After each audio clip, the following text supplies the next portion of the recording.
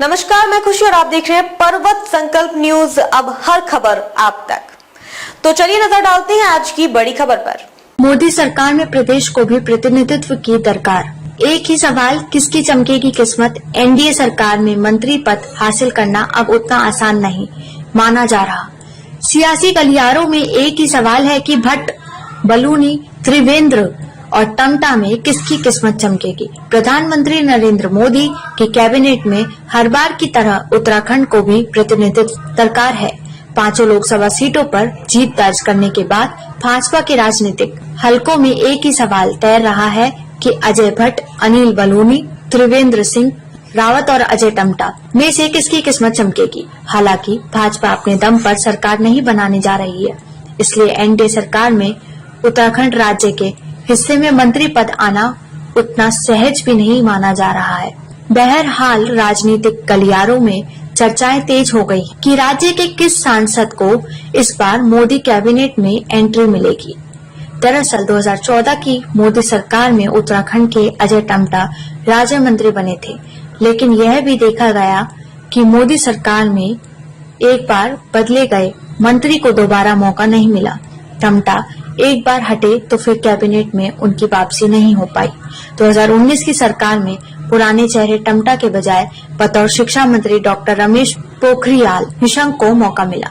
नैनीताल से सांसद अजय भट्ट को रक्षा और पर्यटन राज्य मंत्री बनने का अवसर प्राप्त हुआ।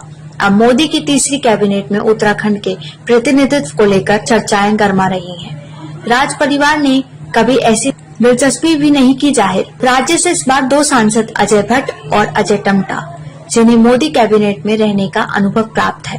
क्या पुरानी परंपरा से जुदा मोदी कैबिनेट में इनमें से किसी चेहरे को मौका मिलेगा। टिहरी सांसद माला राज्य लक्ष्मी शाह का नाम मंत्री पद को लेकर कभी चर्चाओं में नहीं रहा।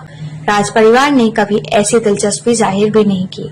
माला के बाद अनिल बलूनी और त्रिवेंद्र सिंह रावत के नाम आते हैं। दोनों ही नेता गढ़वाल क्षेत्र से ताल्लुक रखते हैं। बलूनी भाजपा के दिग्गज अमित शाह के करीबी माने जाते हैं। केंद्रीय संगठन में उनकी राष्ट्रीय मीडिया प्रभारी के तौर पर अहम भूमिका है।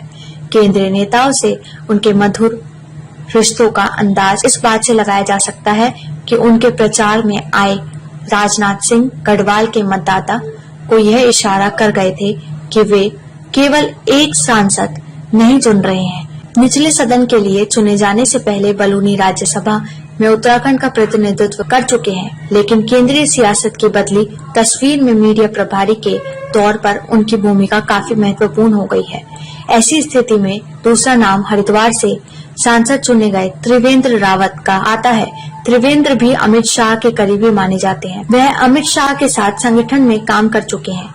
उनका लंबा राजनीतिक अनुभव है। पूर्व मुख्यमंत्री रह चुके हैं। त्रिवेंद्र के नाम की भी सियासी हलकों में चर्चाएं हो रही हैं। केंद्र सरकार में उत्तराखंड को प्रतिनिधित्व मिलना चाहिए, ऐसी हम अपेक्षा कर रहे हैं। परसों केंद्रीय मंत्रिमंडल का गठन होगा। हमें पूरा भरोसा है कि मंत्रिमंडल में उत्तराखंड भी होगा। खबरों में अब तक के लिए बस इतना ही। फिर होगी आपसे मुलाकात ऐसी ही एक और बड़ी खबर के साथ। तब तक के लिए नमस्कार और देखते रहिए पर्वत संकल्प न्यूज।